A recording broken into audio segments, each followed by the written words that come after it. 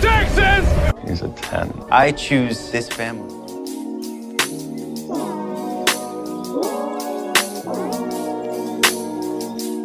Hey guys, welcome to episode 129 of 911 Lone Star Roundup. I'm one of your hosts, Grace, and with me are my lovely co-hosts, Katie and EJ. Hey guys. Today we're going to be talking about season 5, episode 9 of 911 Lone Star titled Fall from Grace, which is also the fall finale. Anyhow, as usual, so much to talk about. I was just telling them, it's perfect. I'm the one hosting. Fall from Grace. It's Grace speaking. Yeah, couldn't have been better. Love that for you. This part. Yeah. It's great. It's great with this guy name. Well, when you pointed it to me, you're like, yeah, Grace wasn't even in the episode. I'm like, well, I mean, she kind of was because they did mention her, but it's kind of cool. I was like, I love that you're kind of hosting it. Yeah, it's perfect. So, as usual, you all know us. There's so much to talk about, and we're certainly going to talk about it. So let's get into it. We all have plenty of feelings about this whole episode. Yeah. So we start off with Owen in the meeting, and my immediate thought was, oh, they're getting right into it. Right. Follow up from last week, or last episode. It's the feeling Okay. of doom, and they're all just walking in.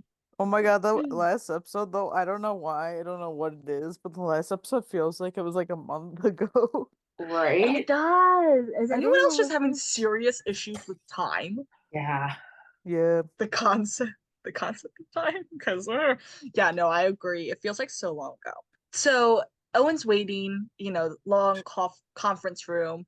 Then the walk-in, Owen makes a comment of how the firing squad has assembled. And then the chief, which, listen, they messed up a good chance to bring Billy in this episode, even just to have him sitting there.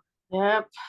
Yeah. Just saying. Yeah. Just saying. I would love Or it. like maybe but, they like, didn't that's just not because gonna of the happen. whole my personal canon is that they didn't have that because Owen decked him last time. That might have been it. Anyhow, the chief says, he believes this room brings back bad memories, as he recalls that last time they were in the room, he had to suspend Owen for assaulting a superior officer, which is funny because I forgot about that storyline until he mentioned it. Yep. 301. Mm-hmm. And Owen says how now he is here because he told the mayor to kiss his ass on live TV. Not to mention, do that with more politicians. Anyhow, the chief even says that it was streamed to millions of people by Marjan too. Love Right.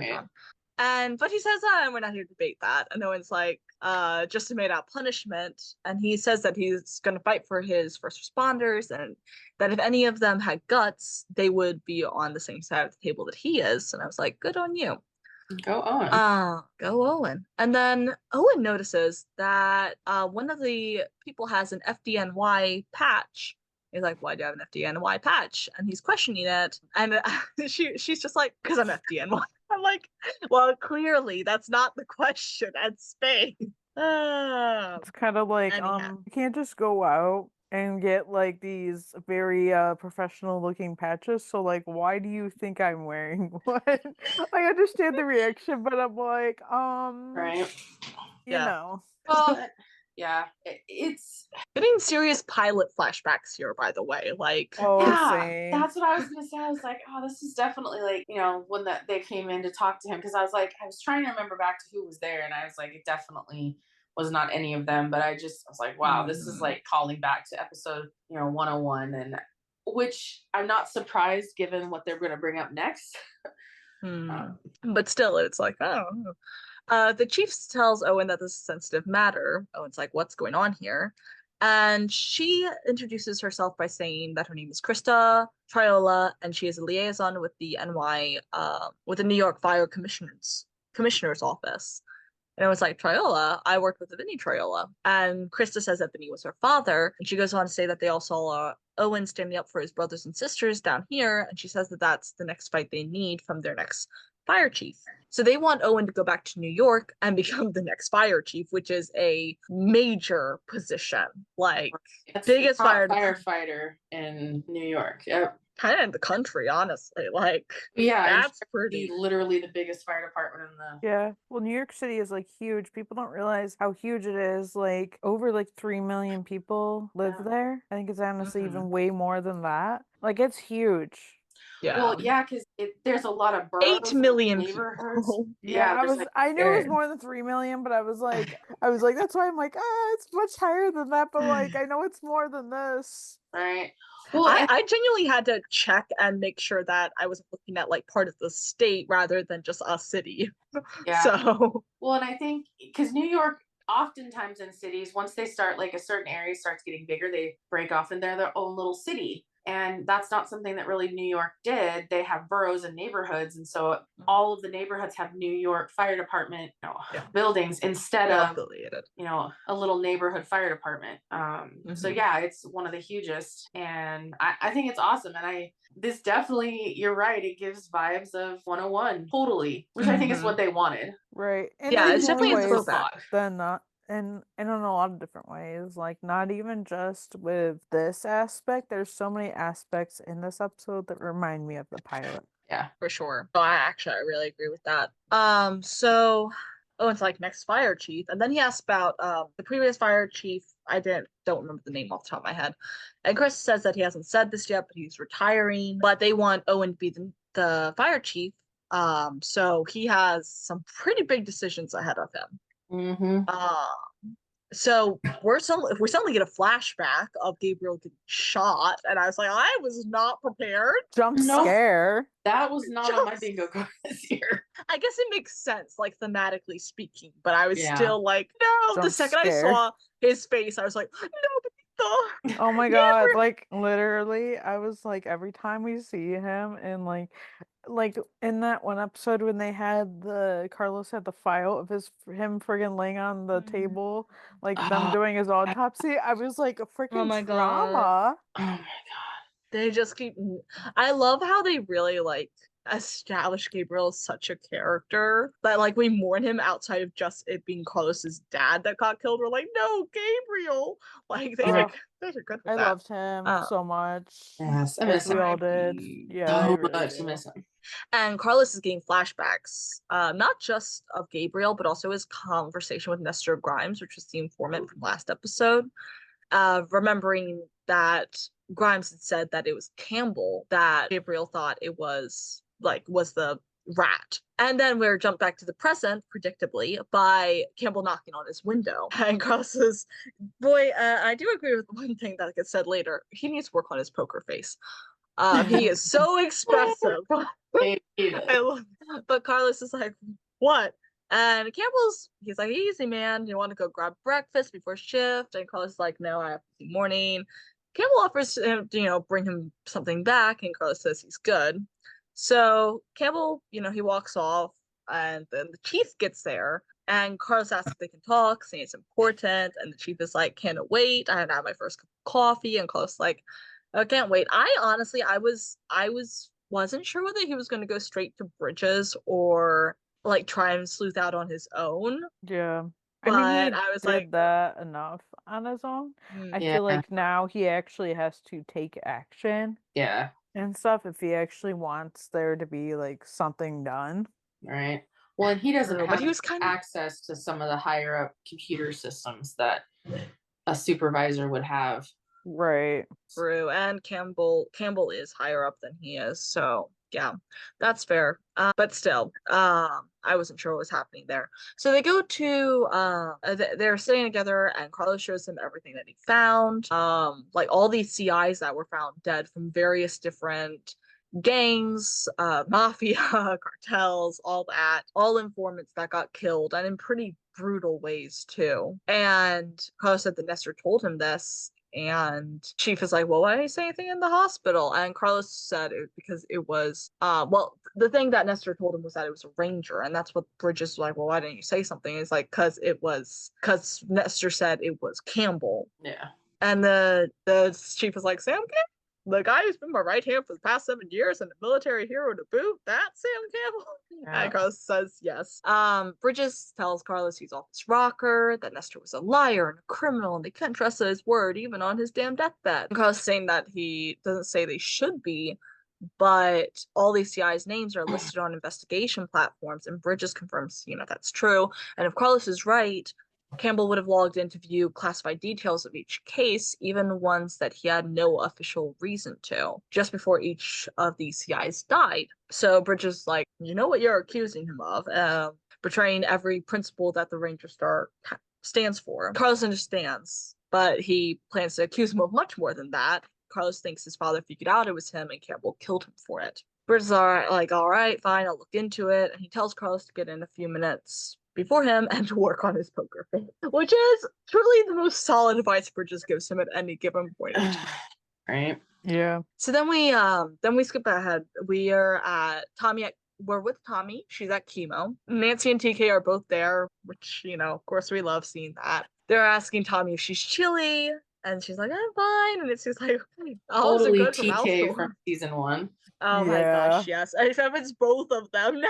Right? Now it's both. Which we're reminded of with the ginger shoes. I remember that Yep. from season Mm. 1 very clearly. I actually forgot about that until now. But yeah, that's fair. But Nancy's offering olives for mouth sores. And I was like, I'm good. I The hate TK brings up, olives. I think hate they're olives. Like the fact of it, I'm just like, ew, no. I'd rather have mouth sores. I was just thinking that. And TK brings up ginger chews, and Tommy's like, I'm good. Tommy needs something to get her mind off things, and they have nothing to talk about. So she asks TK about Enzo and how that's going. Enzo's still in lockup. He had first arraignment, and then he's going to be extradited back to New York sometime next month. Tommy asks about Jonah, and TK says that he's hanging in there. Shows him a photo, which is so cute. And TK mentions how Enzo wants to send Jonah to boarding school, but he's not going to let that happen. He needs to grow up with family. Nancy's, all excited. He's like, OMG, you and Carlos are going to adopt him? Yeah, Carlos is still not ready. Right. So Nancy's like, asked if TK gave him an ultimatum, and TK says how that's just the facts. And I'm like, well, no, if that's an ultimatum, my dear. Mm-hmm. It can be Yeah. facts and be an ultimatum. Yep. One does not negate the other. TK makes some comment about if I'm going to choose between my husband and my baby brother, I'm going to go with my brother. Tommy's like, well, let's hope it doesn't get to that. TK goes, yeah, but again, it's Carlos's decision. So I don't love all this. I don't like the delivery of how it was brought up. Yeah, I don't like how they brought this up. I thought it was poor writing. And I know a lot of people said like things about this. Like I forget exactly, but there were a lot of good things said about this. Like people were like, I don't know, I just have such complicating feelings.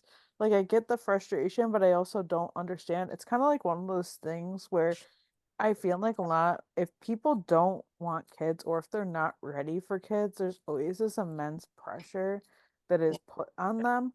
And it's like it's like they'll never respect the fact that like if you don't want kids or like and stuff, it's always like you're made into the villain if you don't want kids. And I have so many thoughts just on the topic in general.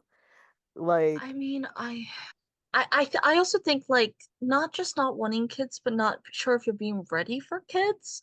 That also Right. gets immense, like because people are like, oh well, you'll be ready once you see how great having a kid is, or like just right circumstances. There's never a timeline to be ready for kids. And it's always when Um, you first get married. Some people are the second you get married, and this drives me nuts. People, oh my god, when you're having kids, it's Mm. like maybe you Having don't kids? want. I've seen this happen with people where people kept asking, like the second they get married, oh my god, when you're gonna have kids, and they're like, I don't want kids, Right. Yeah.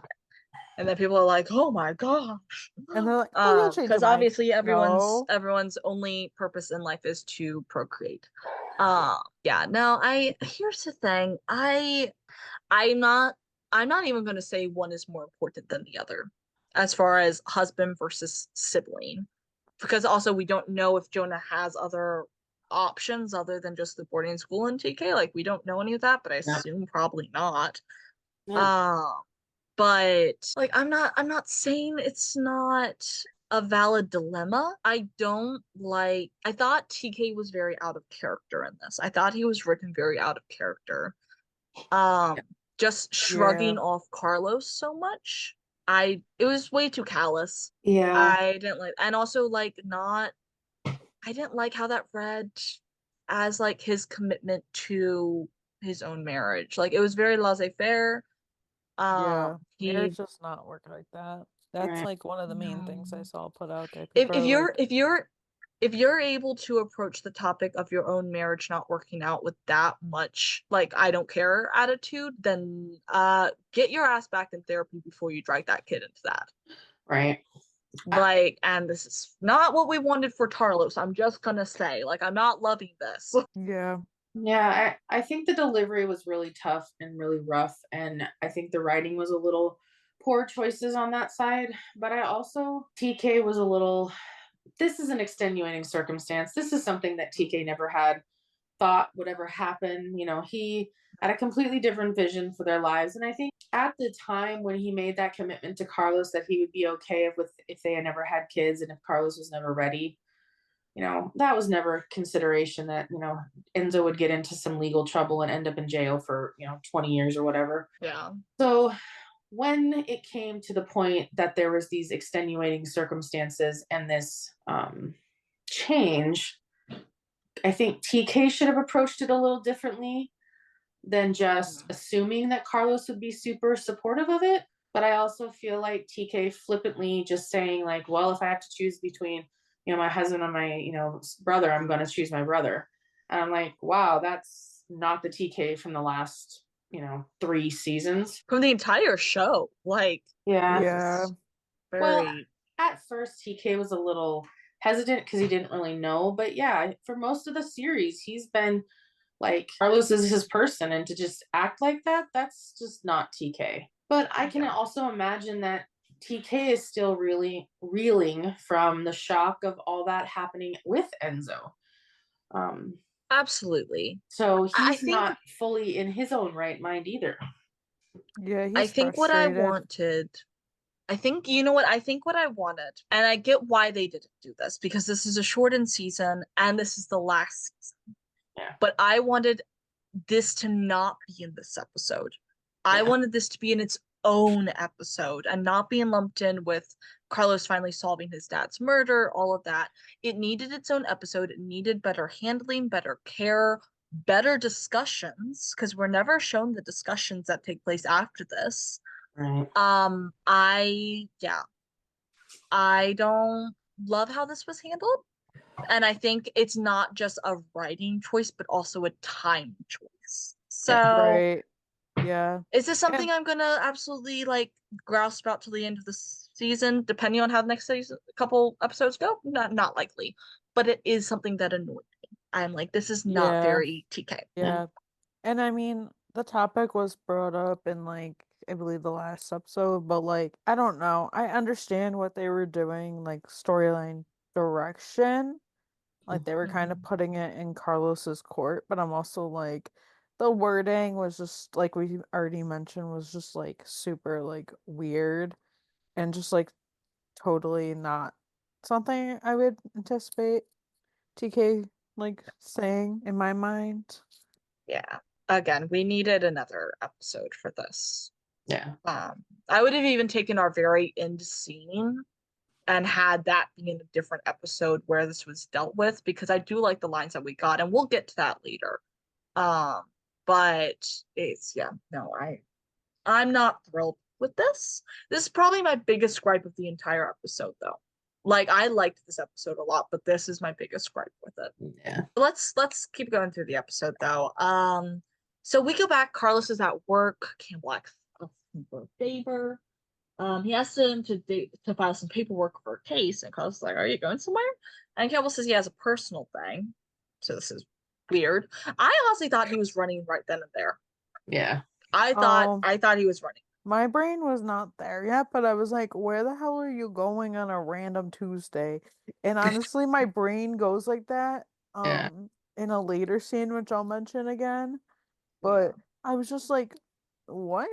what is going on? Like, I I don't know, I sort of got the feeling of running, but I was also like, where are you going? Like, where could you honestly, what could you honestly be doing? It was just very suspicious, but just like the whole point, they're trying to throw us off and make us think that it's still Campbell, even though there have been literally articles from journalists for like a month now that have been like, oh, Campbell's just gonna be the red herring. Like, no, that is totally not it.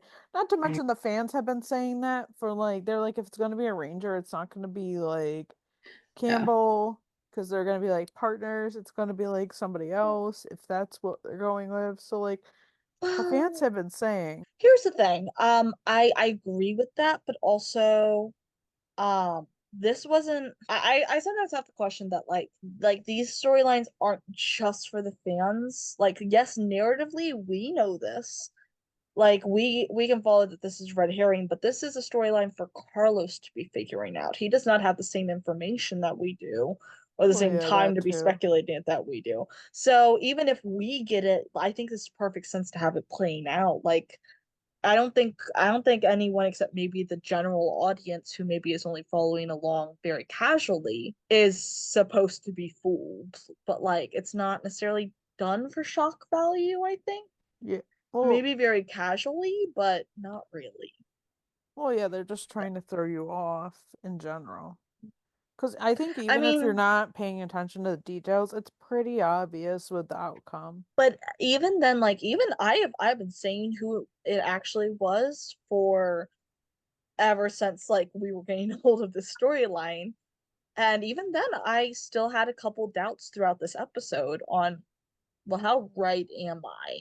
Like, I know Oh I'm yeah. right, but what, is he involved at all? Is he a complete red herring? Like, I was having doubts on that, and I think that's ultimately what it was supposed to be giving. It was supposed to be giving that sense of doubt.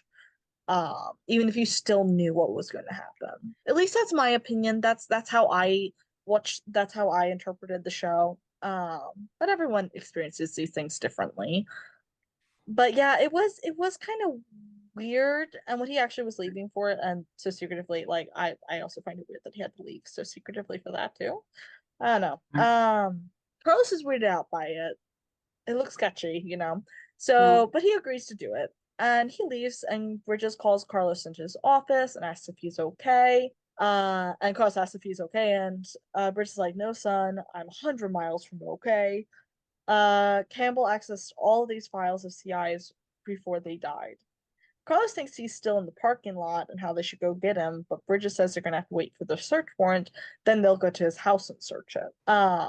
Carlos thinks he killed his dad, and Bridge goes, "You don't know that," and all they know is that he accessed confidential info, which is a crime. They'll go talk to Campbell and give him time to explain himself, and Carlos is like, if he can't, and Bridges says that then they might be looking at the most cold-blooded killer Bridges has ever seen in his 30 years on the job. Oh, jeez. Uh, uh, Self prophecy, uh, uh, or self description. Is he just giving himself an ego boost at this point? I don't think he is. Uh, then we go back to Owen, who is at lunch with Krista, and she's like, "Sorry for the ambush. AFD was adamant that their leadership team was in the room when she made the request." And Owen gets it. It's meant to ask. He's still trying to wrap his head around it. Alright. He also during this conversation points out that a lot of his firefighters from 252 now their kids are also firefighters.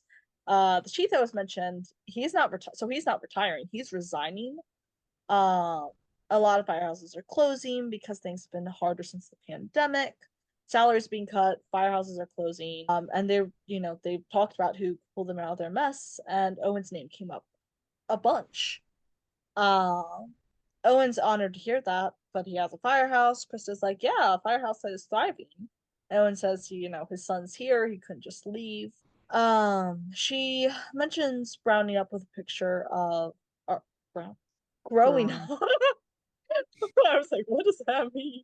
Um, she mentions growing up with a picture of Owen and the 252, and how she doesn't have videos for dad, but she has a video of Owen speaking at his funeral, comforting her and all the children of the families at the 252. I'm like, that is so sad.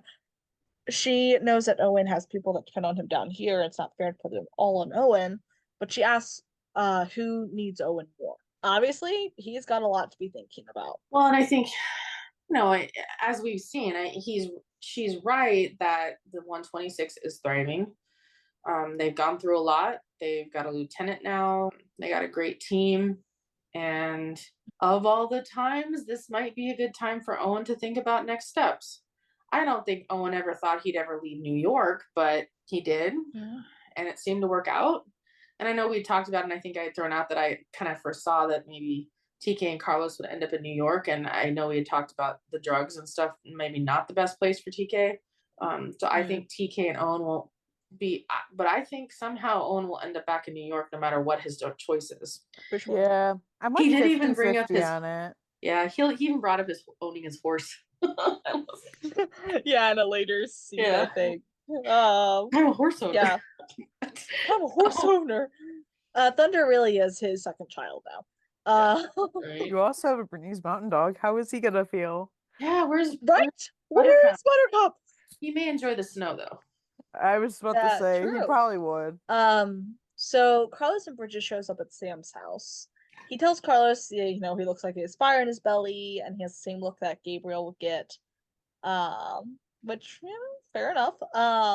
So Campbell's wife opens the door, and they're having a birthday party. And I'm like, why did Sam have to secretly skip out of his job to go to his own kid's birthday party? He Yeah, probably didn't get the That's time off. why in my brain I was like, why does Probably. this feel like a random Tuesday? Like just something Yeah. about this Yeah. whole thing was very suspicious to me. Like I don't know what I was expecting us to walk in when they showed up. But like it definitely wasn't a birthday party. I was like, what the heck? I mean, they were throwing in a curveball of kinds. Like with them bringing up that he had kids before, like he has 4 kids. All And I right. think now it's like a startling image of who's supposed to, be presented as this, cold-blooded killer, but with Right. his family and like Yeah. lovingly with his family. And it's like it's a mind trick of its own. Yeah, it is. But still, I'm like, why do you have to sneak out of his? I mean, I guess maybe he took time off, sure, but still, it was very odd how they did Yeah. that. So Sam walks in and he's like, "Uh-oh, am I in trouble?" Or "I'm in trouble," and we're just like, "Well, what makes you say that?" And they're looking at him, and Sam's like realizing I'm in trouble. Right. So Sam wonders, why they're looking at him like that, and Bridget says they're not here because he's playing hooky, and they need him to come down to the station with him. And Sam's like, "What's going on?" And Carlos tells him he illegally accessed the record of 6 different CIs before they were killed or kidnapped. And Sam's confused and is like, "Says who?" And Bridget says me. They have to do this right now. And Sam asks if he can at least say happy birthday to his kid, and so he and the wife go into the bedroom with the kid. And I was like, okay, well, I'm like, what's happening yeah. now? I already got a bad vibe. Mm-hmm. Mhm. Gave me 2 minutes and I was like, And what? Yeah. yeah, and they let him say bye. Bridges was being so weird because Carlos wanted to go interrupt, and he's like, "No, But then Carlos is like, how long does it take to say say goodbye?" goodbye." I know, because they were And he in walks there a in. long time. Yeah, but like Sam moved fast. I'm gonna say like it seems like they were in there for a while just for like saying goodbye, Yeah. but he moved fast. So the poor kid's crying. Poor kid whose birthday this is crying, and the mom's comforting him, and Carlos is like asking where he went, and then he says, "Well, I guess we spooked him after all." Which, and I kind of mentioned this to you guys, I thought it was kind of cute that this son specifically was named Parker, and the actor who plays Campbell is named Parker. So I thought that was kind of cute. I'm like, Yeah. Yeah. we've seen it in other times in this series, so it's like I'm not surprised they did it. I just thought it was cute. So they bring Ashley, who is Sam's wife, down to the station, and they're asking where Sam is, and she's like, "I don't know." They tell her that they could charge her with aiding and abetting, and she could get 5 years for the charges Sam is facing unless she helps them find him. Carlos says how innocent men don't run, and yeah, it's like it's true, and this is like one of those weird twists because it's like, well, why is he running? Because we know he's innocent. Like this is not him, so why is he running? To me, like I kind of realized early that like he knew Bridges knew, I didn't know how he knew Bridges, or not that he knew Bridges knew, but he knew it was Bridges. I didn't know how he knew it was Bridges. Yeah. But I was like, oh, he realized it was Bridges and realized he had to get the fuck out of Dodge. Yeah. Because he would have no way to defend himself. Right. Yeah, and I at the beginning of the episode, I told my roommate, I was like, yeah, I'm pretty sure that it's Bridges. And regardless of what we heard with Campbell, and this scene with the wife was very interesting to me, just because I think she definitely knew more than she was telling them. Mm-hmm. And I think Campbell had confided in her that he felt like he was being framed for something, but he wasn't sure exactly what, which I think is she why knew something. she was kind of holding out from them. Yeah, she definitely knew something, because personally I just didn't think she was very good at hiding it, because just things that like she was giving off, like it was either she was saying not enough or saying too much in a sense, or she was like, oh, but this like when they asked about why there was like $250,000 in the safe, and Carlos asks about it, she's like, well, I don't know, he likes poker, and the lawyer even was like, don't guess, like, just if you don't know, you don't know. It's interesting. Because having watched so many like cop shows and stuff in my time, I was watching this and I'm like, if she didn't know, she would like, and it looks like she's got a backbone of steel, and I admire that, honestly. But she would be a lot more like lost and confused. Yeah. I definitely think she knew that, and even when she was being threatened with charges, she knew her husband was innocent, and I definitely think he told her something. Whether it was he thought it was Bridges, which I don't think he would have told her to protect her, but like told her, and she might have even worked it out herself, honestly. Who knows? Yeah, it's But I don't possible. know. She knew the reason she was so steely on it was because she definitely knew something. And I think in the end she only gave in because she realized that she had to be there for her kids. And in the end, like when she was you know being charged and all that, she gave it. But honestly, like she held out a lot longer than pretty much anyone else in her situation would have. So she definitely knew something was going on. I don't know. These scenes with her were interesting. They also found 250 in the safe. Carlos asked about it. And this is, how we were mentioning earlier, like even the lawyer being like, just don't guess, just say I don't know, which is true.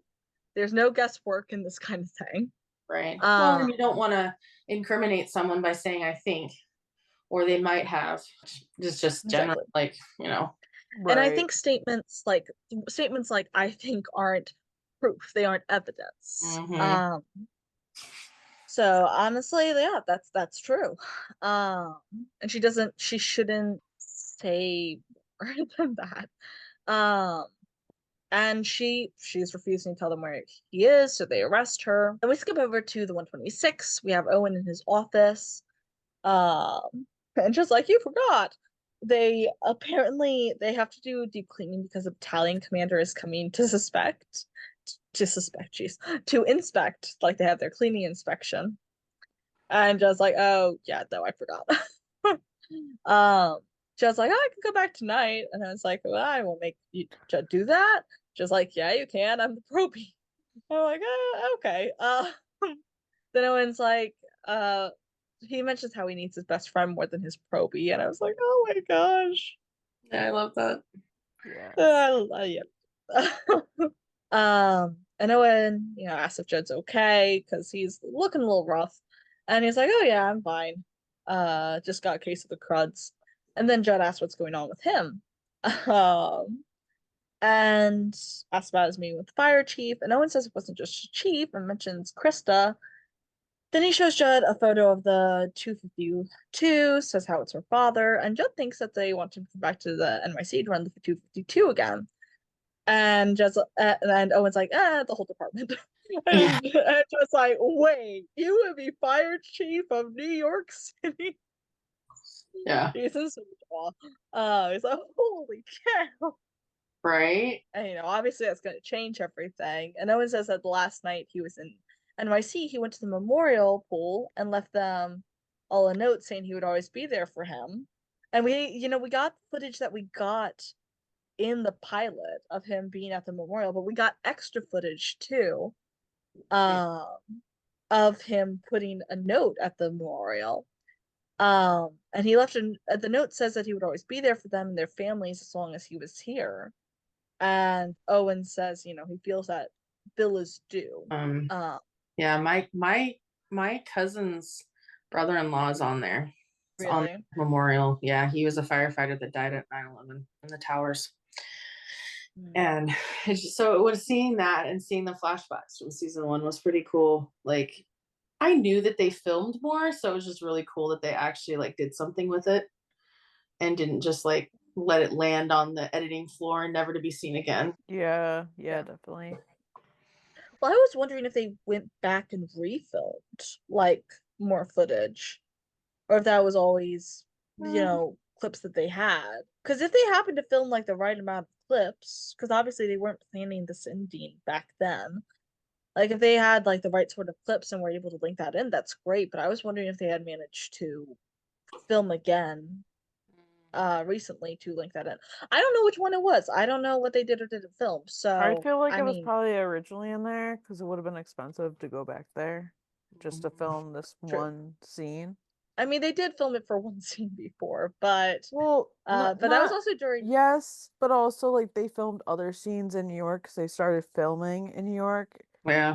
Oh, that's fair. They would have had to go to. So they would have had to go to New York just for this. Yeah. That's fair. Yeah, those first few scenes of TK and him up on that building was all filmed in New York. So Right. Yeah, and it's also kind of like how they went to Texas to film certain things in season 1, like in the first episode or the first couple episodes. Yeah. And stuff. Yeah, that's fair. So Jed's like, so you said yes. And everyone's like, oh, I said I would think about it. And Jed's like, what is there to think about? That's the #1 fire service job in the country. Heck, maybe in the world. It's your destiny. And Owen's like, well, how would I tell them? And this is as we're seeing the 126 walking into the fire station, Yeah. And Jed's like, Jed says, if he lets him clean Owen's office, he'll take him out for a beer and they can strategize, which actually we'd celebrate. All right. Fair. Yeah. So we have a 911 call. Someone broke into a house and stabbed this woman's husband, which leads the Rangers there. At first, when we got this 911 call, I was thinking that it was another CI of some kind. But nope, it's just a house in the suburbs. Random. Very Yeah, random. like I knew it was all gonna be connected because this is like connected. was supposed to close out like Carlos's storyline with this, but I was just like, oh, okay. Well, I was like, where are we going here? Right. And so supposedly, Campbell ordered them to open their safes, and the homeowner charged at him with a knife and slashed him a few times, but then got stabbed himself. And more than one safe was cleared of money and guns, and the car was taken. They show a picture of Campbell to the wife, and he is ID'd. And we're like, oh well, this is confusing. I was like, why do you text? And in retrospect, going back to the scene, I'm like, okay, he only attacked the homeowner when he was attacked himself. He wasn't originally trying to hurt them. But also, I'm sorry, he's a ranger. He didn't think to like cover his face or something. Like, what was he doing? Yeah, that was a little interesting. Unless he was trying to lead them on a trail out there, but like, no, he wasn't. He was trying to escape the country. Yeah, this is very confusing because I'm like, I don't know. It's very conflicting. And like, I was very confused when this happened because I'm like, why did he do that if I'm like, because like in my mind, he's not supposed to be like, he is not supposed to be Gabriel's killer. He's not supposed to be attached to that. So Right. like, why is this happening? Why did he do this? Like, you're not supposed to do this kind of thing. Yeah. And I'm just Yeah. like so confused. Yeah. What's the reason why he's doing what he's doing? Yeah. I mean, I see the reason for the break-in because, looking back, we saw his own safe. There were guns in there, but they were still there. He didn't take them. He Oh, didn't yeah. take the money that was in there. So Mhm. my guess is that he ran out of his own house with not anything but his phone, maybe his wallet to his name, but even then, like tracking credit cards, and no transportation. So I think it makes sense that he broke in somewhere for money Yeah. and guns. Yeah. I mean, it's Um, making sense now, but in the moment, Right. I was like, but why? a couple things still don't necessarily make sense to me. First of all, he's a ranger. He could have broken into any unoccupied house. He could have found a Uh, house that was unoccupied. Or he could have found a way to hide his face if he was Yeah. really trying to like make it look like Yeah. a random. Like that's probably the only thing that still doesn't really like make sense considering his Mhm. expertise. Right. Because he was not yet injured, so it wasn't any like fre- frenzied thinking or whatever. He's ex-military. He's a current ranger. He's very methodical in his thinking. So I'm like, this doesn't make sense. So that's really the only thing out of all Yeah. this I'm still like, I don't know that necessarily tracks, but sure, I guess we needed a lead somewhere. Mhm. But Well, yeah, now, at the time, the break-in made no sense at first. yeah. Yeah. Now thinking about it, I'm like, okay, for me, it makes sense because what I'm thinking is that more than likely these people were somehow involved in like another type of case at the FBI or somehow not the FBI. Well, yeah, or the Rangers that he knew of that stored Mm. guns and all that stuff, so he could go get it. He just probably wasn't expecting somebody to be there. But yeah, he should have covered his face. But yeah, especially later on when he talks about like other things, I was like, yeah, Yeah. you totally should have like covered your face. But then again, that would make him look so guilty. That's true. Yeah. Yeah. But like still it would have taken longer for them to ID him and he already looks guilty, so like I don't know, it's a back and forth. But also like I don't know if he even would have had to have like known about these people. It's Texas. You go to a house, there's a large chance there's going to be guns. That is very true. That is true. That is true. Yeah. Sometimes I forget what we're dealing with. Let's not Yeah. forget this is Texas. Yep. Texas will still be Texas. Uh-huh. So, and they have a lot looser, licensing laws. Oh yeah, Mhm. As I was reading about some of those. always forget, and then I watch like a show or a movie that's like based in Texas, and it's like all these just regular people that have guns literally holstered to their bodies, and I'm like, oh yeah, that's normal there. Yeah, that makes sense. Which I think is always a lot funnier to hear people that are not US based being like, what the fuck? No, people look We're at like, the oh no, US and Texas they're is still like, Texas. what the hell? Mm-hmm. And Texas is still Texas. And then you look at the rest of the country and you're like, yeah, that's also that. Anyhow, yeah, still. So I imagine that he just took a lucky guess. But yeah, no, I don't know. So fortunately the homeowner wasn't like seriously hurt, but it's still, he was injured. So we go back to Owen and Judd, and they're out at the bar. They're ordering drinks. Judd's like, we are celebrating, and Owen's like, I'm still deliberating. Judd's like, what are you thinking about? Owen's like, you have a lot to think about. He can't leave. He has thunder. And Judd even says, it's never going to be the right time to uproot your whole life, which, okay, that hit me square in the solar plexus. Yeah. With some things I've been going through lately. Having to think about uprooting my whole life. And that hurt. I feel called out. So, yep. And even, Judd also makes a good point. There are places that you can board thunder in New York too. Like New York's not just all city. Right. There are places. It's New more than York's a just New huge York state. City. It's an entire state. Yeah. Katie's face is someone who lives in New York. It's so Right? funny. Yes. I'm like, y- it's complicated. Like when he said that, and I'm like, that is true. People do have horses there. I'm sure, like, um, I'm sure, like, if you get out of the city, there are places. But my face is also like, when people say it, I don't know. My thing is, I don't know. Like, logically, New York City should be like a friggin' other state just based on the fact that, I don't know. It should be treated differently. I don't know. I have so many strong opinions DC on should that. also be a state. I'm just gonna say it doesn't technically belong anywhere. It's just there. The only Mm. reason why I think that is because people have the hardest time separating. And oh my God, it's like the hugest debate because people think when you get out of New York City that you're in upstate. That is not true at all. Um, and it's like the New hugest, it York is the City is most relatively hot. far down, right? Yeah. Like it's actually relatively The south southeast, for yeah, southeast portion of it. New York City is like because I was what? looking at going to New York City like in the next year for Yeah. something, and I was looking at where it was, and I'm like, oh, that's I thought it was a lot more like in the middle, but no, it's actually really far south. Like it Yeah. would only take about 3 hours for me just to drive there.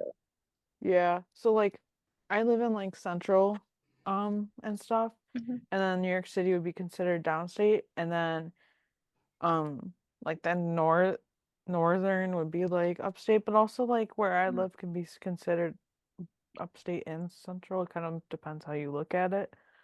But it's Hmm. like the biggest debate, and it's like the most hot debate, I think, because people will literally argue about what is considered.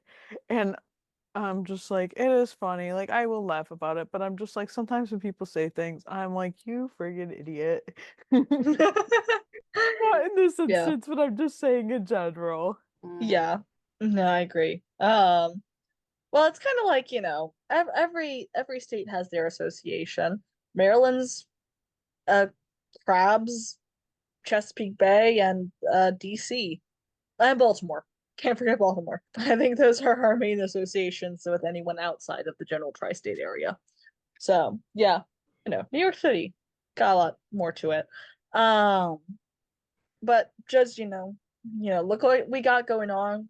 Ray stuck me with a 3-year-old and she's off saving the world someplace. And, and that's how he is with that. And just like it's not up to him and you won't find a prouder husband anywhere in the world. Aw. But like you're starting to hear like it sounds like the strain of it's getting to him. Mm-hmm. And Judd asked how Owen will tell everyone. And just like, he's gonna tell TK first, alone, then everyone else. And Owen's says, it'll be hard.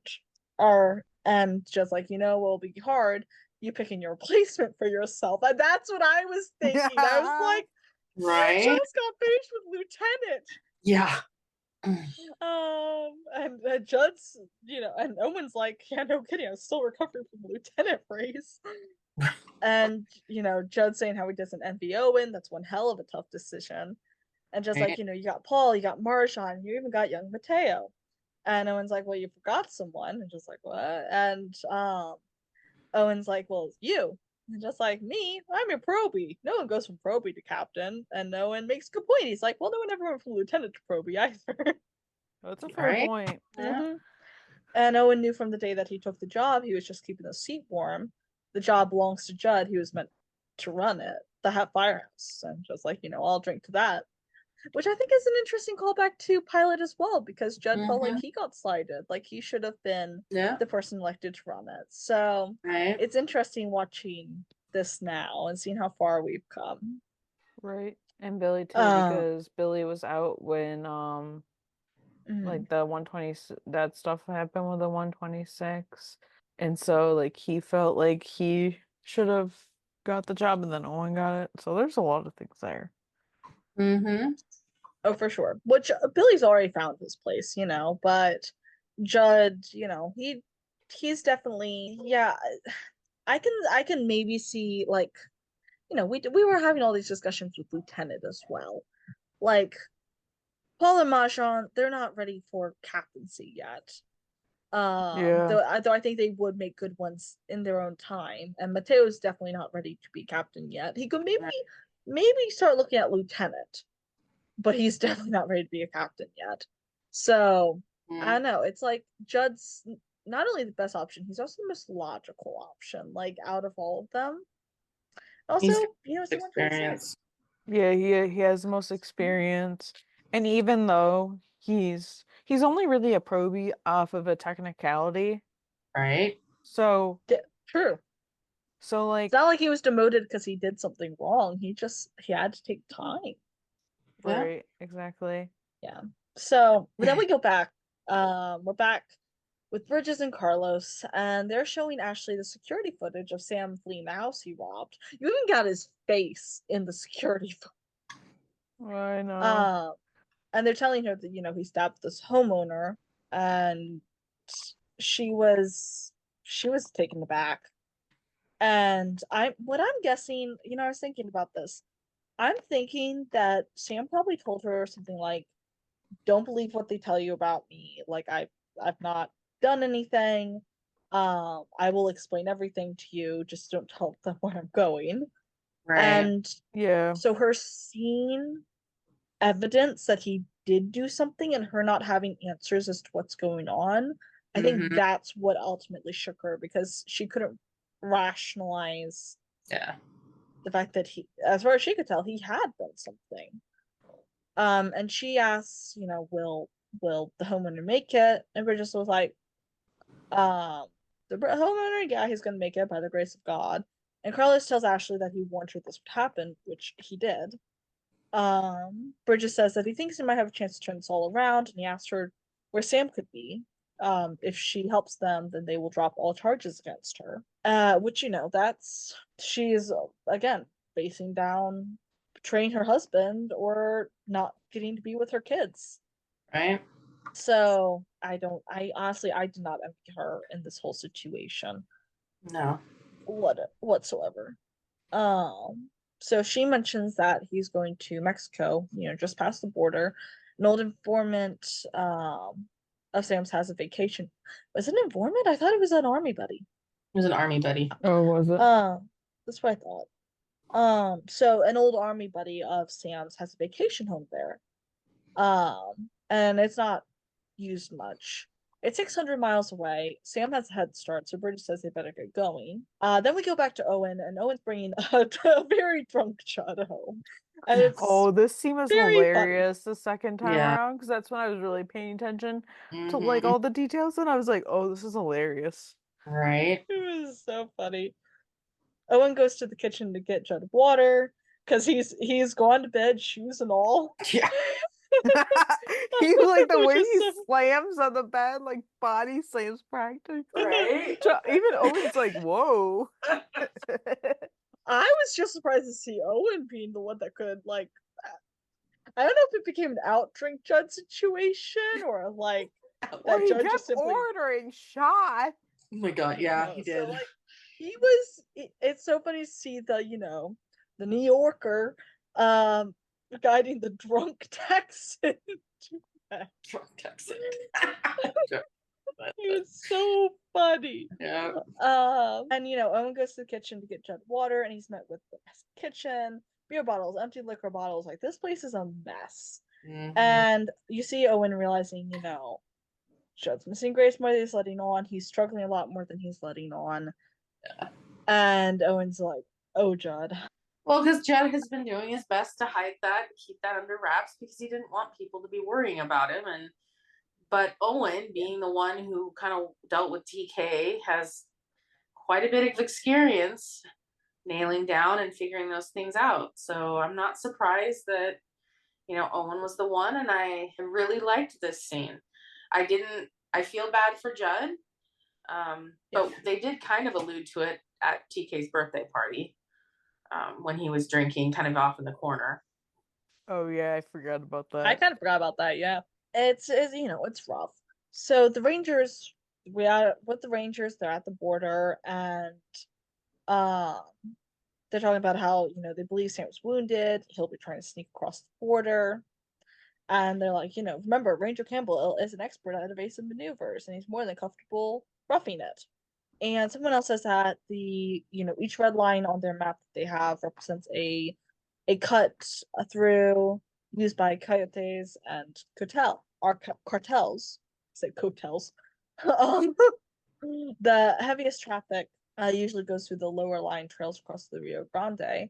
So, they'll be focusing most of their manpower and canine units there. I'm like, yeah, that is absolutely not where he's going to be. You think he's going to be the most heavily trafficked area? No. For sure Right. not. Then they're like, we'll split in teams so you can cover every trail within 50 miles. And Bridges says, Campbell's wounded, but he's heavily armed and a trained sniper. So if you find him, make sure you radio for support before you engage. Carlos says, he wants to take this certain path, and the ranger is like, oh, it's not for the faint of heart. And Carlos goes, exactly. I love He knows. that. Yeah. And they're looking on a camera. They've got a drone, and they find him. But then Campbell shoots the drone, and there goes their live feed. I was like, of Bridges course. yeah. Bridges even said, "Told you he was a good shot." So they go up there. They find his bike, and the wheels are still spinning, so he's close. Bridges shoots at Campbell multiple times and gets him once in the back. And this is anxiety inducing because we're all like, well, that's not Campbell, but what's happening? Right. Like, how bad is this gonna go was like my main question. And Campbell shoots Bridges in the hand. I'm like, damn good shot. Right. But he was a military sniper. Yeah, I know. That was our first time learning that for what I know, and I was like, damn. And Carlos, Carlos like, get down. Carlos gets closer. He's aiming at Campbell, but he's not shooting, even though he has the shot. He has a perfect shot. He has a perfect shot. He could take him out. No problem. And Bridges is like, what the? Bridges even like, what the hell's wrong with you? Take the damn shot. And Carlos is like, he stopped shooting. Bridges like, so what? And Carlos is like, well, we can still take him in alive. And Bridges asks Carlos, why in the hell would you want to do that? So Carlos is like, well, Campbell can still give him answers. And Bridges is like, what the hell more answers do you need? Carlos is like, well, why? Bridges like, why? Because of the money. That's why. Campbell killed your daddy, 6 other people. You saw logins. He's the only one that could have access to those CIs. Bridges tells him, look here, take that shot, or you put everyone in danger. So you take it right now, damn it, that's an order. And he's panicking. You can see this. He's devolving. It's like, And Carlos sees it too. And Carlos is like, he's not the only one. And Bridges like, not the only one, what? And Carlos is like, who had access to the CIs. Bridges does too, as the administrator. And Bridges like, what the hell are you getting at? And Carlos asks him if he's always used a Glock 19 as his personal sidearm. Carlos is glaring at him. He knows. He's put the pieces together, and they fit better than they did with Campbell. Right. And Bridges is like, oh, hell, son. And shoots Carlos out of nowhere. Like, yeah, we knew that was coming, but like, I know. It was still damn. so shocking. Like, I'm Yeah. pretty sure I yelled when this happened. I was like, we knew he was getting shot, but I was still so surprised. Right. Yeah. Oof. Carlos is like he's hit like in his chest. But kind of off to the side of it, and he's having trouble breathing. He's able to get out. And Bridges says, your daddy thought Campbell did it too. Sorry, I'm doing a very bad Texan accent. Half sorry to Texans. Billy suspected somebody hacked his credentials to access those names. I guess that makes you the better ranger. He could never get to the bottom of it. I'm like, you didn't. Yeah. I was like, the way the cinematography for this scene was pretty good. Because it really, like, Rafa did such an amazing job in this episode, and someone give this man a starring role in a long-term series, please. Yeah, he needs it. He totally deserves it. He really does.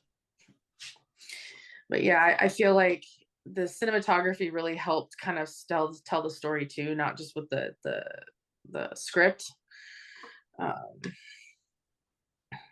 And I feel like There was definitely some, I don't know. I want to say that, like, okay, I mean, so like I said, I figured out at the beginning it was probably him and that he was framing Campbell, but I'm still wondering why he was framing Campbell. Yeah. And we are in the middle of the Oh, scene. Well, sort yeah. of. Middle to end. Sorry. And Carlos like, because you killed him. And this coming line is the one that confused me till I read the notes. Where it's like, oh well, Campbell did that with a ghost gun, not unlike the one used to kill his own son. And what I'm gonna find on his body when I go up there and take his ass out. Okay. This whole scene confused me though. Not even just that line. Because honestly, when after Carlos was shot, I was honestly just like freaking out and not paying attention. Not because I was worried about like outcome that in that sense, but I was just like very confused of what was happening because the whole episode were like, okay, they're making Campbell look guilty, but like I don't think that's him.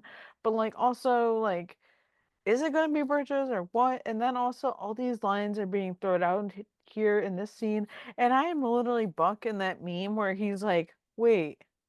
Tell me, wait, I'm so confused. explain we start explain over? that again? Yeah, literally that is me this whole scene because I'm Was like, that Ocean's 118? yes. Yes. Okay, it was that's the episode was yeah. And I was Ocean's just 118. Wait, I'm so confused. Can we start I'm gonna over? I have He's got ideas of the that. math stuff going on. Yeah. And there's a sticker of it on Redbubble, I'm pretty sure. Oh, I need that sticker. I know, same. And Oh I'm just my like, gosh. what?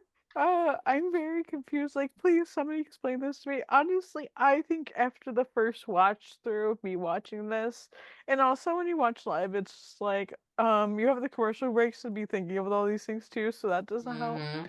And Mm. I'm just like, I don't think it really sat with me until like I went online after the episode and like days after, and then I watched it earlier, and then I finally like after watching this scene, I did like rewind it like about 3 or 4 times to watch it, and I'm like, oh, now it's clicking, but it was so confusing.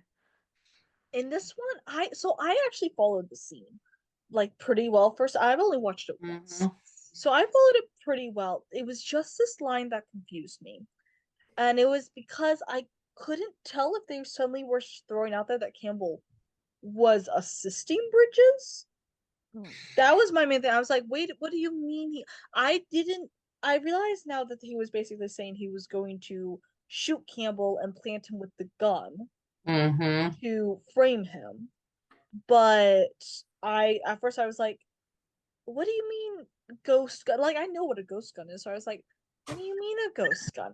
And I was like, what do you mean his own son? Are we talking about Campbell's? I was so I was like, what? And then I reread it and I was like, oh, that's what that was. I was so confused.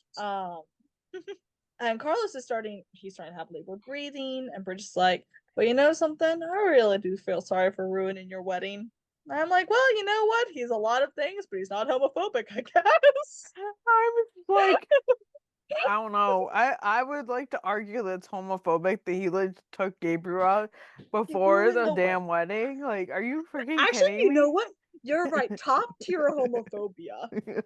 He ruined the wedding. He's Yeah, just saying I he feels was sorry about it. Like, yeah. you couldn't have taken him out after if you had to do it. Right. After. Like, come on, Oh I my was God. living for seeing that man in a cowboy hat at the wedding. And a tux. Whew. Yeah, come on. Benito, my darling. Yeah, no. But anyhow, so Bridges points the gun at Carlos again, and then Campbell shoots Bridges, and well, we know he's dead. And then Carlos's face when he sees Campbell, the relief, and then Campbell just collapses Yeah. because he's also like he's bleeding. He was shot, so Right. yeah, they both just absolutely pass out. Oh. But I was really grateful because honestly, like if he really wanted to kill Carlos or Bridges, he would have done it. And I'm glad that he shot Bridges. I don't know. Take Well, one that's for the all, like, team. take one for the team. You know what? Right? At this point, it's a logical standpoint. Yeah, no, I was actually, even if it was confusing, at points I did love how the scene happened. I thought it was pretty well done. And there's just I don't know.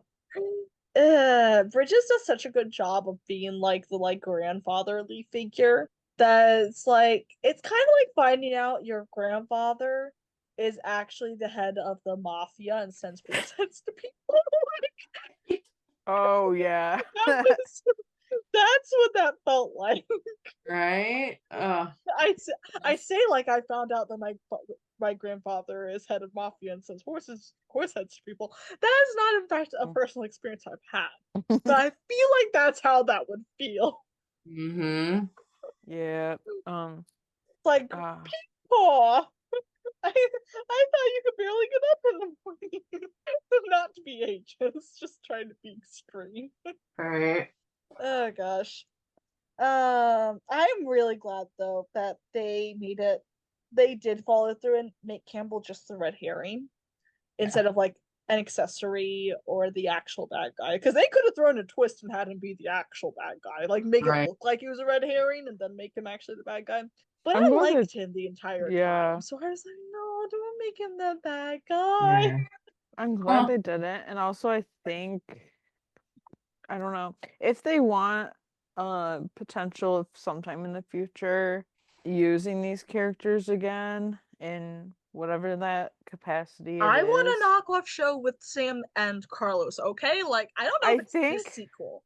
I think I don't know about this sequel, but I think that's I think that could be a plan if they were going to do something, if that were to come to light. I think that would be the plan.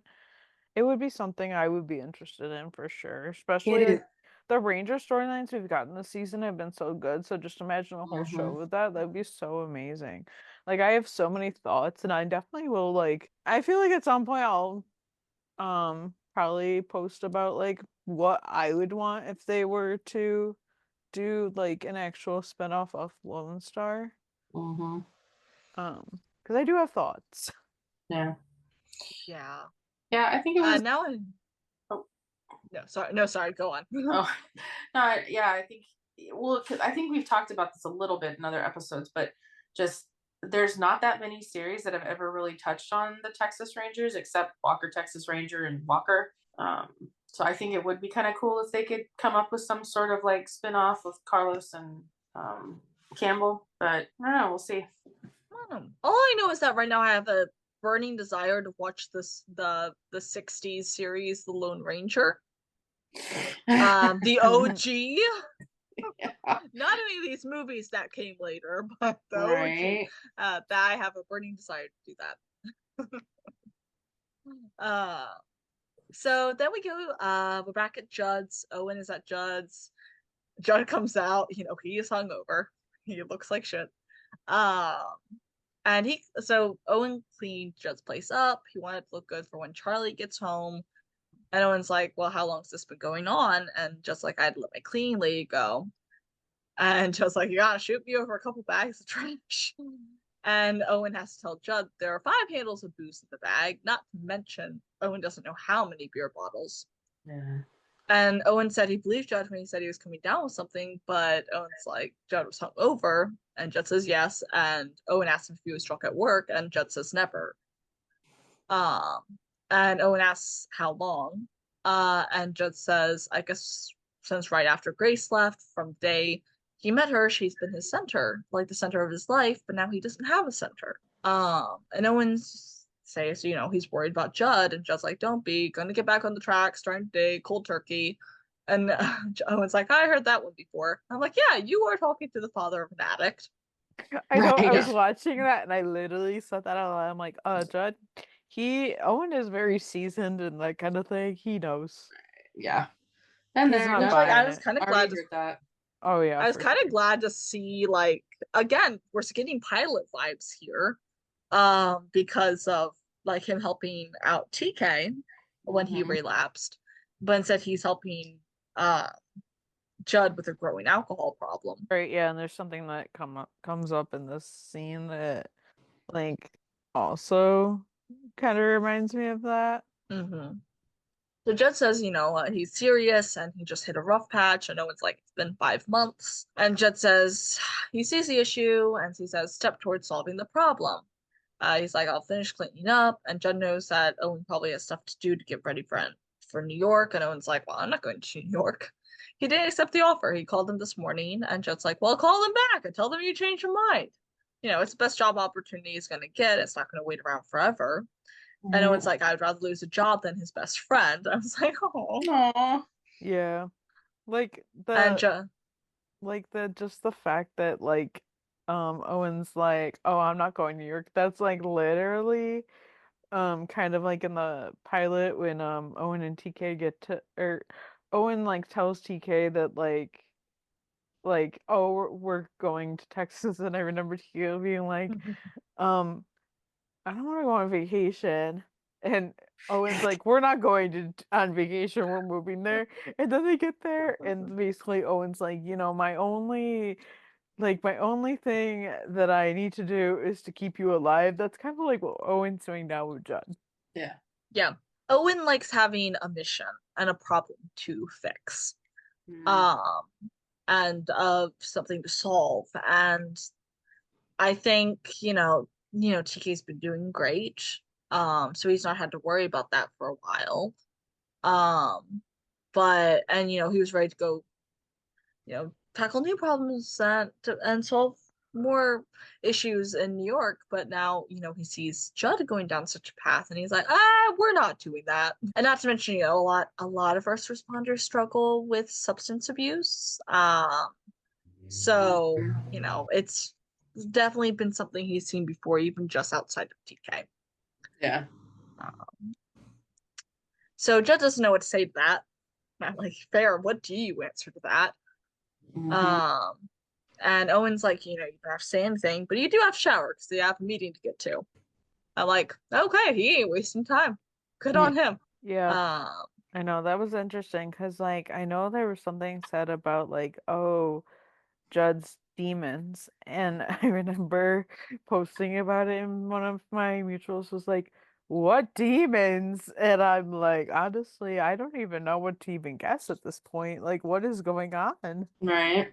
I And don't I'm know. Like, interested what they do with it, because I'm like, I mean, we've been kind of trucking along, and I'm just like, it's just like, oh, Grace isn't there, but like, I guess everything's fine. So I'm kind of wondering what they're gonna do in the final episodes, and it's just like, I'm like kind of scared. Not like that I think they're gonna do something really drastic, but I'm also like, what is going on?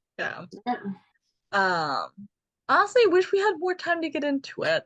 Like, I remember, like, we do remember, like, the Grace and Judd Begins episode. Like, he definitely had stuff going on there, too. Right. So I feel like maybe that's some of the stuff they're alluding to. And honestly, it's been so long since I watched that episode, I don't even remember everything that happened. But I don't know. I wish we had more time. I wish we had other seasons to tackle this.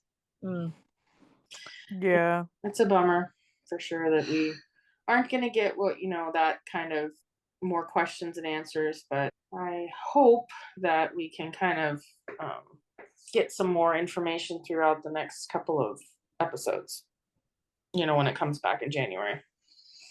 Right. Yeah. So now we're in the hospital. Hello, old friend. Carlos goes to Campbell's room. Carlos goes to Campbell's hospital room. Campbell's like, how the hell are you upright? I figured you took one through the lungs.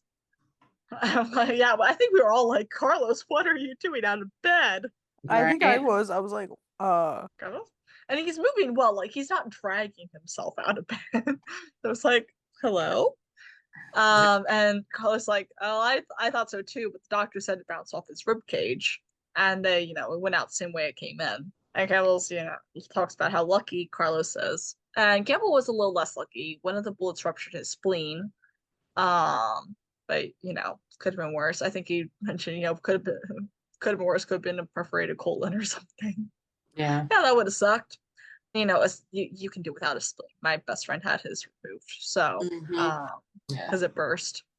So yeah, could have been worse. You just have less of an immune system now. So Campbell then proceeds to ask after Bridges, and Carlos shakes his head and he's like, "Damn, what a hell of a thing." And Carlos is getting a little emotional, and he's like, "I'm sorry for pointing the finger at you." And Sam's just talking about how he followed the evidence where it led, and he says he's sorry he pinned him down with an AR, but he's like, "Just so you know, I never fired a shot at you, okay? Just the big guy." Yeah. Which it's true. Carlos wasn't really dodging bullets. Like they were flying around him, but Yeah. again, Campbell wanted to kill him, he'd be dead. So true. And Carlos asked, when he figured out it was him who set Sam up, and he said as soon as they showed up at his kid's party and said how Bridges was the only one who had this law again, he knew he was cooked because he didn't have a way to prove his innocence. So he had to get out of the country and buy some time until he figured out how to prove that he was innocent. And Carlos said, he wished he put it together sooner, and Sam says, "Me too." And then he goes, Carlos did eventually, and that's all that mattered. And Sam said the whole time he was on the run, he just kept thinking, why'd he do it? Carlos said, "Money." And Sam says, "I hope it was worth it." And I'm like, well, he's dead. The money ain't doing him any good now. Money Right. wouldn't be doing him any good in Yeah. prison either.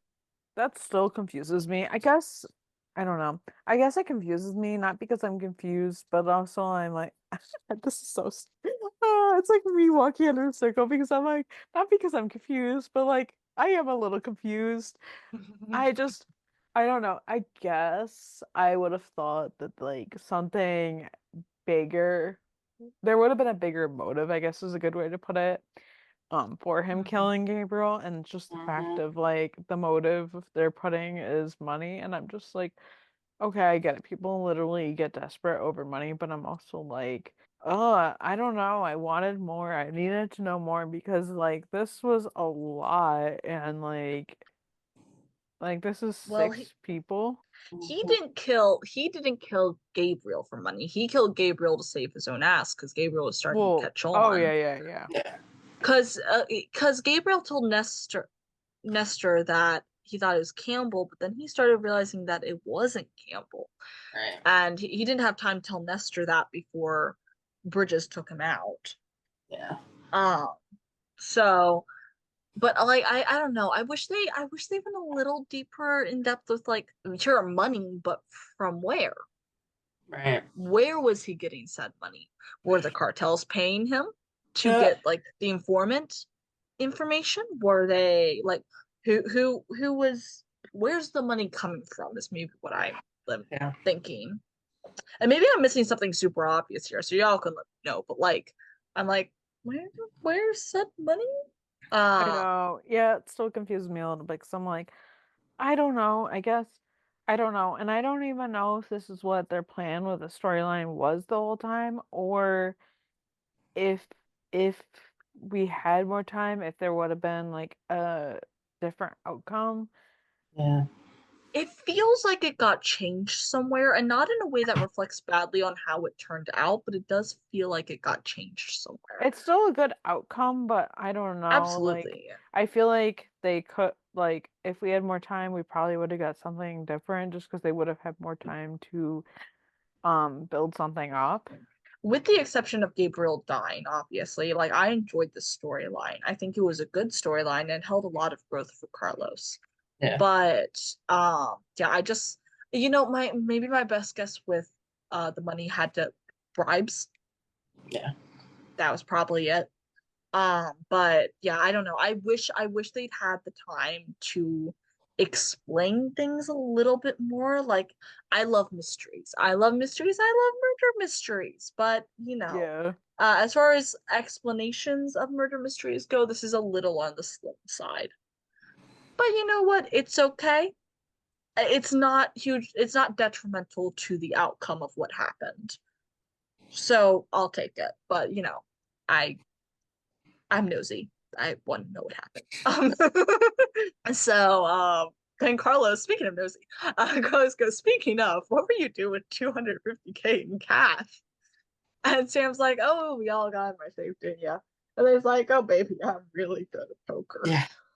And okay, listen, I'm not part of some of the stuff that went around earlier, but the way he said that, I was like, "Are you sure you're straight?" Ah, yes.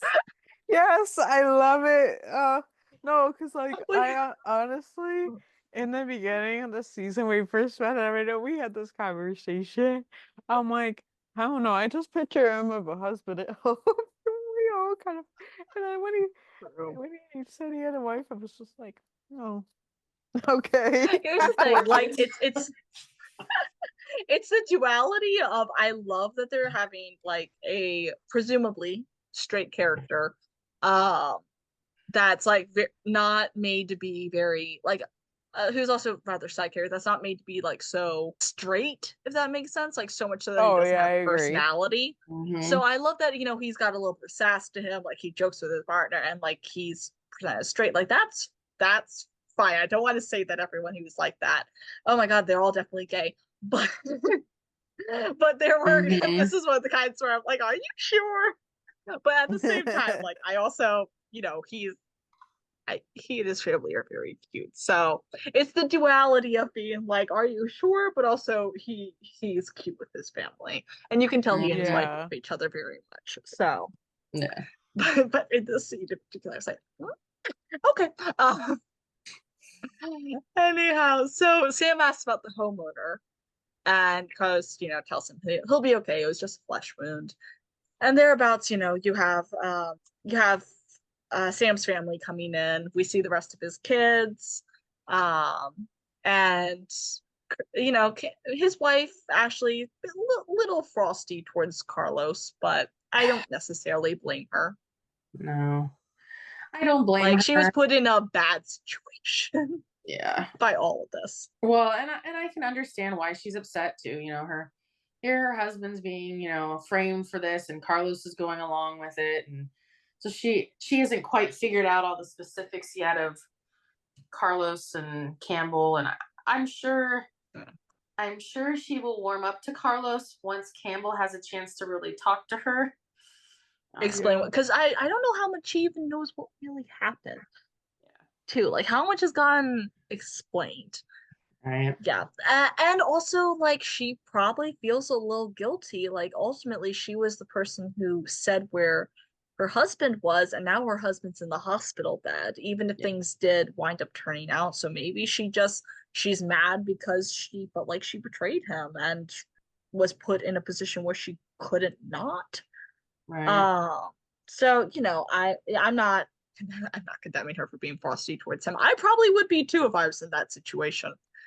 But Carlos Totally just missed out on a bunch of like Tarlos, um, yeah, I wish we got a Yeah. Carlos comforting. hospital scene with Carlos in the hospital bed this time, because we've had what 2-3 times where it's been switched now.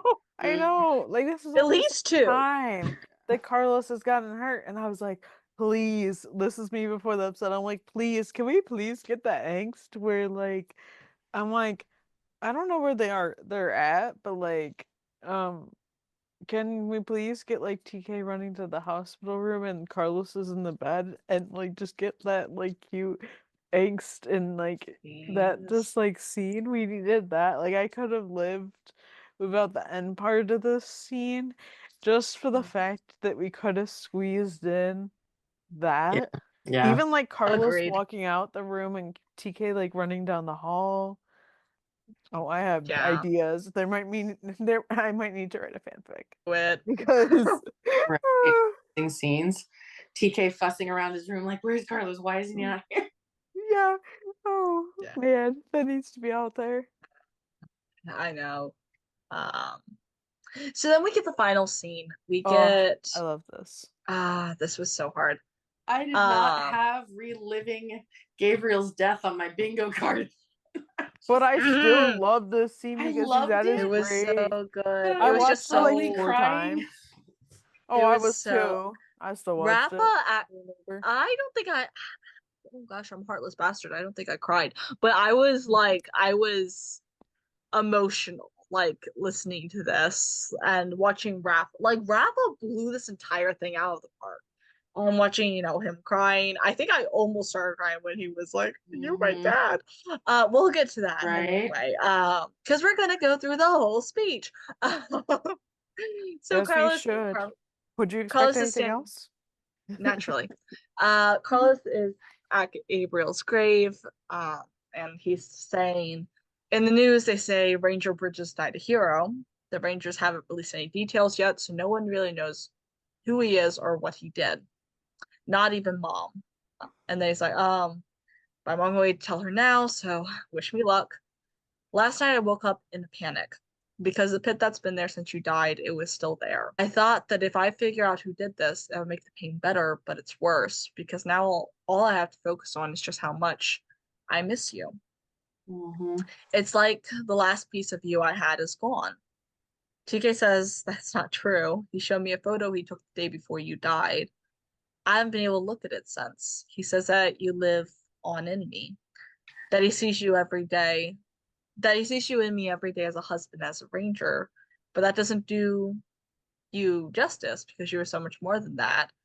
And then Carlos starts to cry, his voice is breaking, and he's like, "You're my dad. Um, and I hope you'll be with me as I become one too." I'm about to tell him I'm ready for that. So wish me luck on that too. I hope I make you proud, Dad. And then Carlos kneels down and puts the picture there, and he touches Gabriel's grave and says, "Quiero para siempre, Papa," which is "I love you forever, Dad."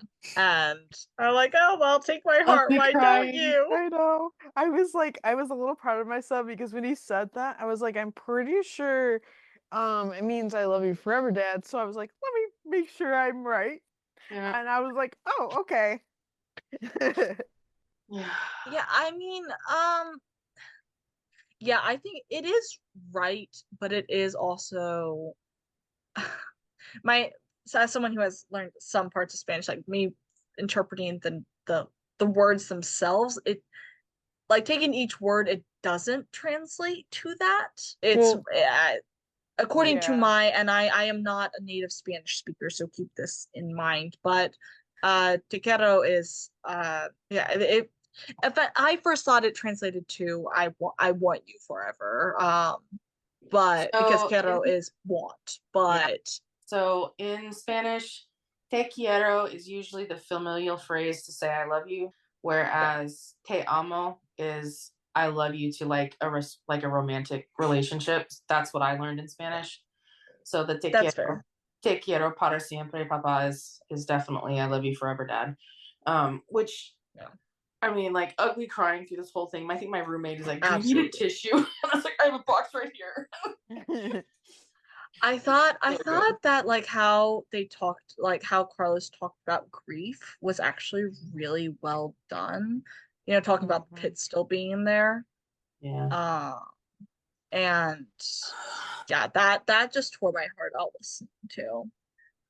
I know. I Yeah. had to watch this so like a couple times because I'm just like, oh my God. Right. Yeah. Like, oh, I love the scene. Not even just for Carlos, but for Rafa. Yeah. It's so beautiful. Um, Rafa got his spotlight and as he should have. yeah, he definitely did.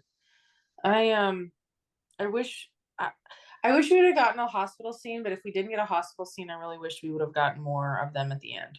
Yeah. I would have really liked after everything Carlos to tell TK. At least to hear that. Yeah, Mm, agreed. yeah. Because I feel like that would have been a huge milestone. Not that Yeah, TK wasn't standing that far away where he couldn't hear part of what Carlos was saying. Um, yeah. I mean, But he yeah, kind of he kind of whispered it, so I don't know. Like yeah. not whispered, but he lowered his voice.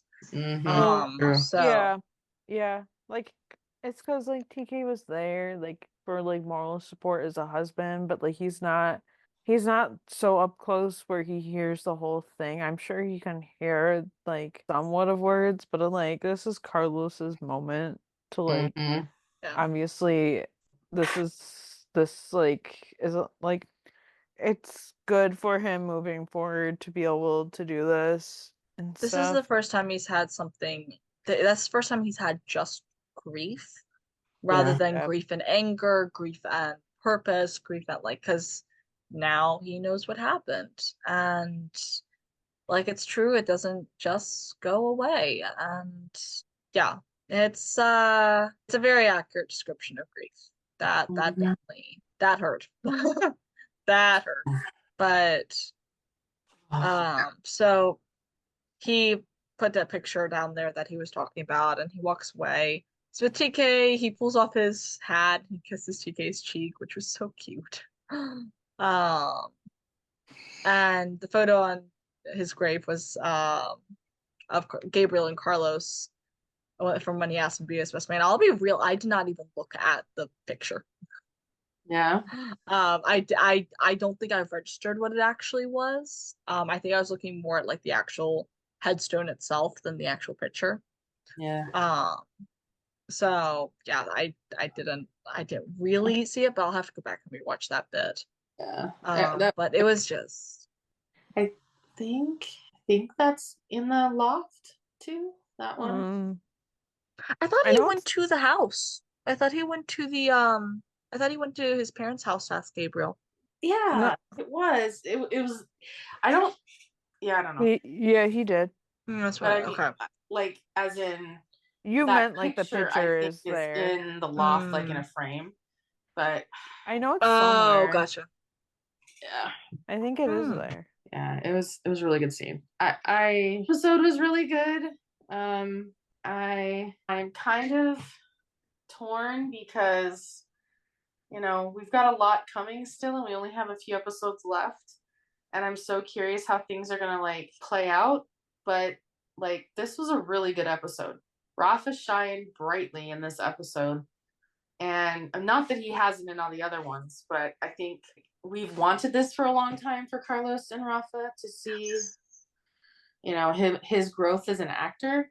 And this was definitely an amazing one for him. Yeah. Yeah, we wanted like Yeah. like Carlos centric episode, and they've given us like just in this season like a couple. But like it's nice to get it um and stuff, and it like this scene was so like beautifully done, and it was very like emotional, not even just for Carlos but for Rafa too. I really like this scene. Yeah. Like, and just it was a good episode.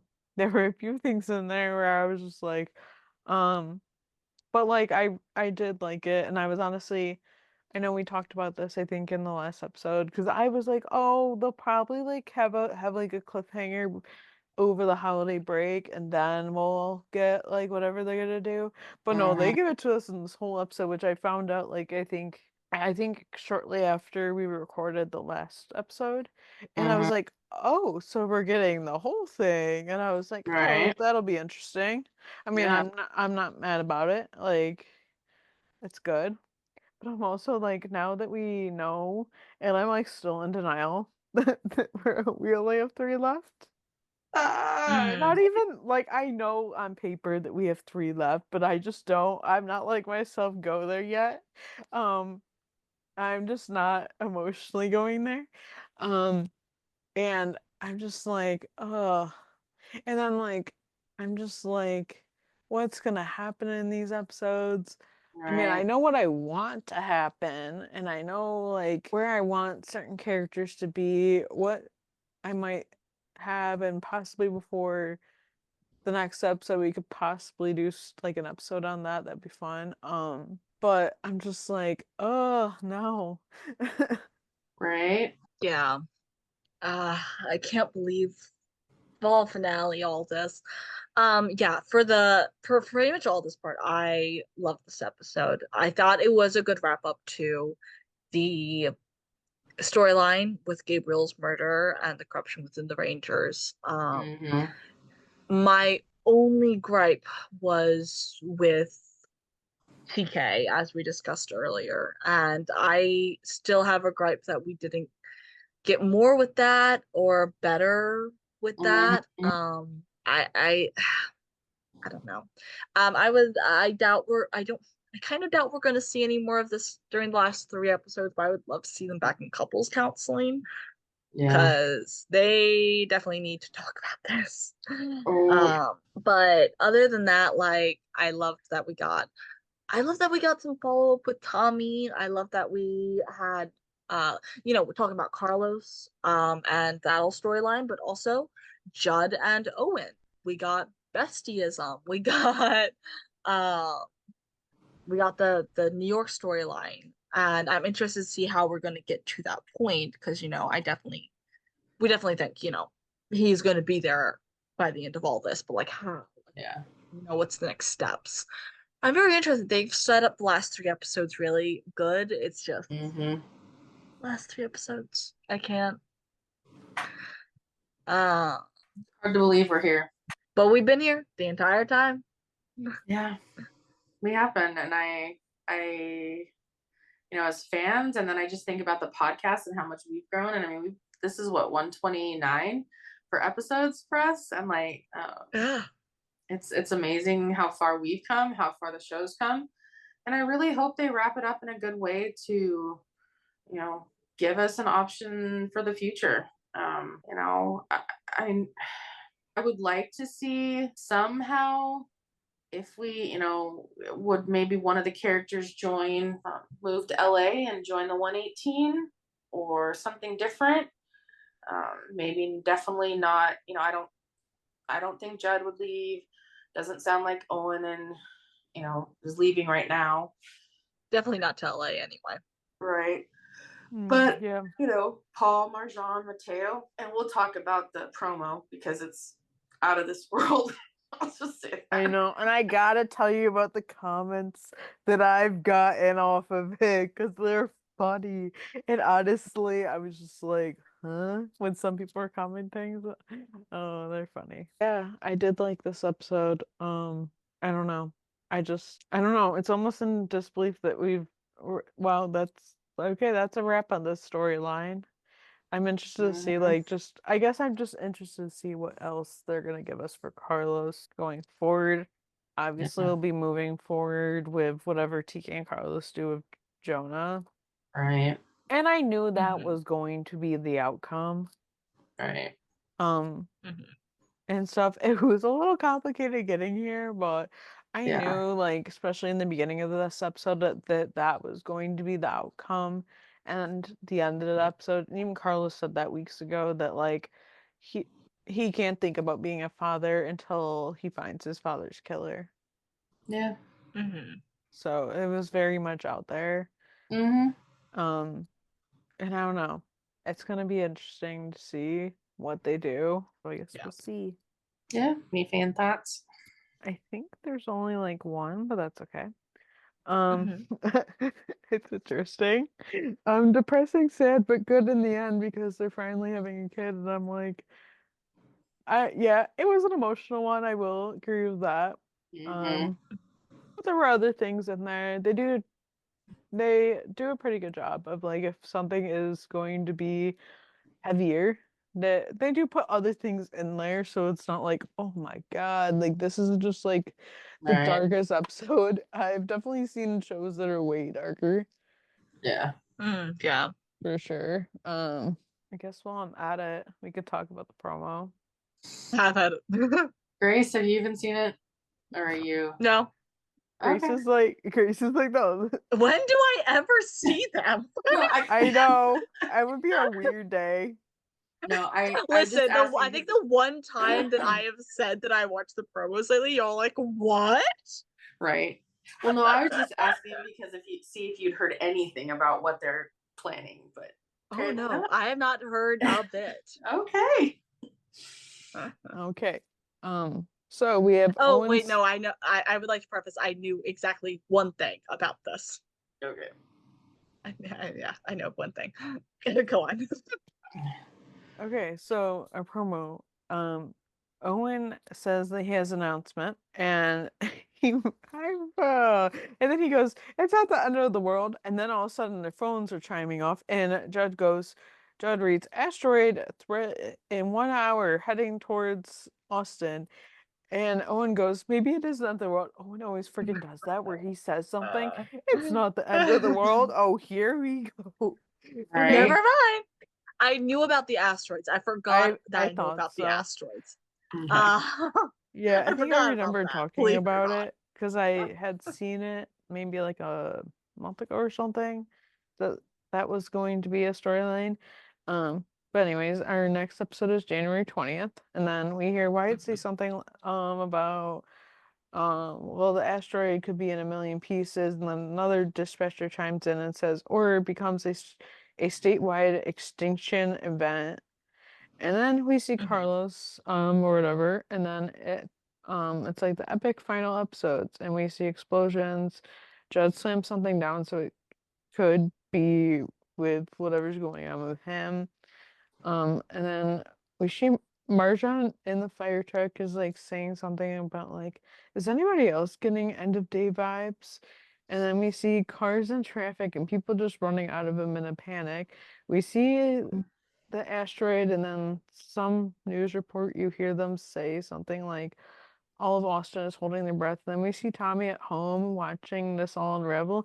This reminds me when Chim was hurt, so he was not on the job. Gives me the Mhm. same sort of vibe, and I'm interested to see how that plays out. And then Judd's like, oh, 126 forever, and they're all like kind of taking shelter in a sense. And Owen says the like, oh, 126 forever, and yeah. I don't know like how big the asteroid thing is going to be, like meaning I don't know if it's going to be in one episode, two episodes, all three of the episodes. I really hope not. We do not need something that goes off that long. But I don't know. I don't love, especially when these are our final episodes, when they do like Yeah. another big event just because it takes away and they're not able to do so much. Right. And we already got like a 3 episode Mhm. opener, so I don't want a 3 episode closer. Yeah. Mhm. But okay, so I posted the promo like I always do, and then I have all these sort of comments that are like, so I get one, and I don't remember exactly word for word what it says, but it's something like something about Chris, and I'm like, who the hell is Chris? That's great. Only because I'm not thinking about the worlds being connected. And then it's funny because like then I see new comments and one's like, so maybe Eddie isn't moving to Texas, which we all know that's like a thing that happened. I know we haven't talked about these episodes yet, but I know we know about it, and it's just funny. And I don't know if Grace knows about it. I think Wait, what? so. I What am think I? Sorry, so. She's not caught What? up on 911, I don't think. We were talking about it.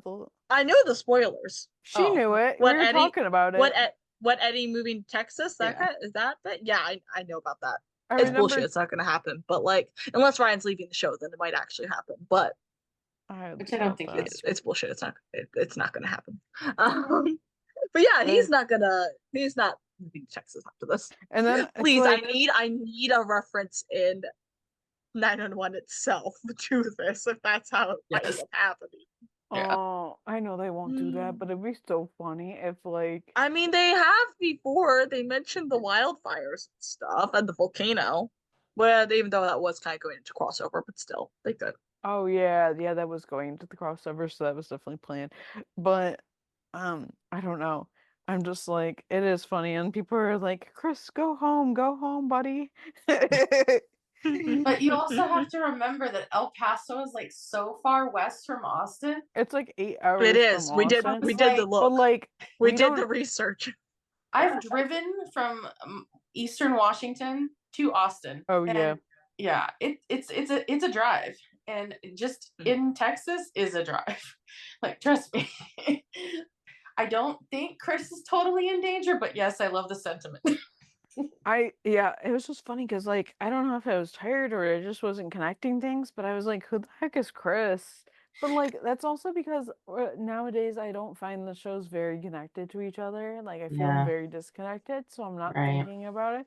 But then it's just like I'm glad that everyone is commenting on these things because it is kind of funny.